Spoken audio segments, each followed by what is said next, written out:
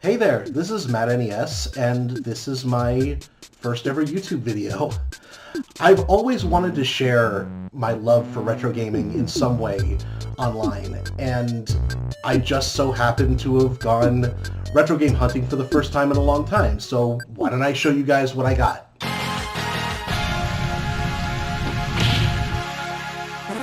So first up, we have some PS2 games that I picked up from a couple thrift stores and half-price books. First up, we have Star Ocean 3. This is an RPG series that I've been wanting to get into for a little bit. I have one of the games on PS3. I've really been on the lookout for Star Ocean 2, Star Ocean The Second Story on the original PlayStation, because I've actually seen that game in action before, and I've always been interested in trying it out. I usually like to get entire series of games before I start delving into them, so I picked this up for pretty cheap. I was happy to find it for less than $10. So yeah. Next up we have Tekken 5. I played very, very little of this Tekken game. I played a little bit of it in arcades, and over at friends' houses before, but this is when I kind of stopped playing the series for a little bit, but I'm still a huge fan of Tekken, and I want to own every game in the series, and I want to explore this one, because I remember this Tekken game not being too bad. It was part 4 that I was not a big fan of, but yeah, I managed to find this game for also less than $10 at half-price books. And for a whole $2, I picked up DDR Max 2. I remember going to the arcades, playing this game, sucking really bad at it, but I still love Dance Dance Revolution. Probably one of my, I wouldn't say favorite arcade games, but it's definitely a mainstay, and it does make me feel sad whenever I don't see a DDR machine. And the DDR Max series is one of the ones that I do want to collect for. I want to get all of them. I mean, it won't be super expensive to get all of them. Obviously this one costs $2, so yeah. Next up we have 2 PS3 games, again from half-price books. First up we have Vanquish. This is a Platinum Games game done by the same guys who did Bayonetta. I've only seen reviews of this game, but it looks very much over the top, much like what Platinum Games does. A lot of ultra power slide, rocket-powered power sliding, very over the top, manly, almost like it's cartoonish.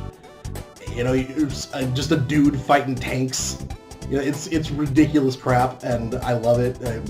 I've been wanting to try this game for a long time, and I got this game for a little over, $10, a little more than I would wanted to pay for, especially since there is a PS4 version. But, I still think it was worth the price that I paid for it.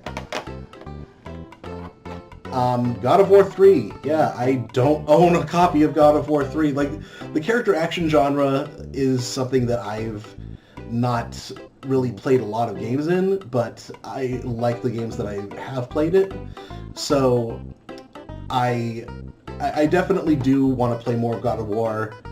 I don't have the complete series, and like I said before, I like having the complete series before I start tackling each individual game.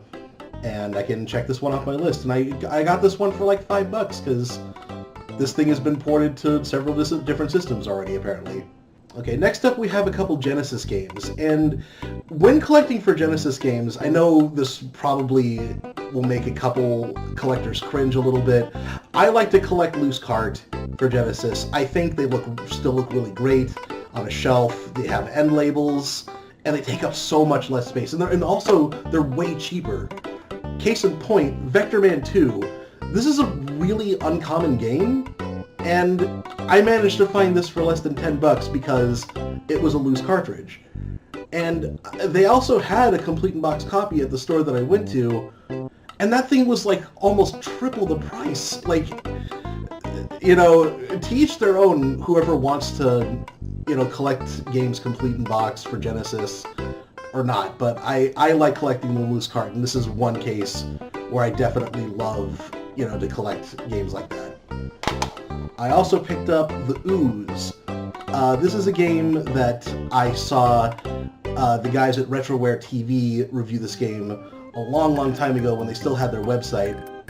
Although they still might have their website. I'm not sure. I haven't visited in a while, but this is a top-down action game where you play a pile of slime and you eat things to become bigger, and you try to avoid things like water and like drains and stuff like that to like avoid getting disposed, I guess. Like, it always seemed like a really weird, you know, sort of like puzzly sort of like arcadey sort of game, and I've always wanted to try it, but I've never seen it in the wild until now, so I'm happy to have picked this up, and for $5, not too bad. Last up for the game portion of my pickups, we have some PS1 games. One of the things that's really weird and kind of charming about the PS1 and N64 is, like, during this time, like, old school Atari age games were getting like a bunch of remakes. Like these like really like high graphics, like whoa bro 3D graphic updates. And this is probably the one that kicked off the whole thing, Frogger. This is one I actually did own growing up, and this is actually a really good remake of the classic arcade game. And like I love that they did a bunch of these games, and like there's something really charming about them to me, and I want to collect more of these. Case in point, keeping this train rolling in the same theme, we got Missile Command by Atari. It's Missile Command, but on the PS1 and like just better graphics, I guess. I actually don't know too much about this game, but I'm assuming it's just Missile Command, but with better graphics. So I'm excited to try it out. I'm happy that, you know, again, this is like super cheap. I want to get more of the... I actually saw more of them at the store. There was like a Breakout and Asteroids, but, you know, I was running a little low on money, and the next game I had to get over those for sure, because they had a copy of Jammerlami. Like, I can't believe they had this game. I've never seen this game anywhere in the wild, and for as cheap as it was about 20 bucks. Like, it's still, you know, a little up there in price, but like, you know, for a really uncommon PS1 game like this, you know, I had to pick it up. I love the Parappa the Rapper series, and this is sort of a spiritual sequel, spin-off sort of deal, where you play as like a guitar chick. And I've seen playthroughs of this game, and it gets like really weird. It's like a friggin' fever dream of some kind. Just like really weird and bizarre imagery with this game. But I'm really happy to have picked this one up, especially for as little as I had to pay for it. Good stuff. I love it. Alright, last but not least, I'm definitely a huge amiibo collector. You know, I saw this at one of the stores, loose unfortunately, but I have all of my amiibos loose anyway, so it didn't really bother me. And they had a loose copy of Duck Hunt. Yeah, this is a Duck Hunt amiibo. Originally this was in a triple pack, which I guess they called it the Retro Pack, with Mr. Game & Watch and Rob the Robot, but I wasn't really too interested in getting those other two. But this one, like, I had a lot of memories with Duck Hunt growing up, and when this was a playable character in Smash, I knew I had to have this amiibo at some point. But I was really happy to find it for as cheap as it was. It was, you know, it was about $10. It was loose, sure, but it's still in really great shape. You know, no blemishes, no marks, nothing like that. It's pretty much brand new, like it got taken out of the package, and I could just fit it into my collection just fine. And I'm super happy to have picked this up. Okay, that's pretty much what I have for you guys today. I really hope you enjoyed watching it. I enjoyed making it. I have so many other ideas that I want to do for this channel. Collection videos, game showcases, maybe sort of mini reviews.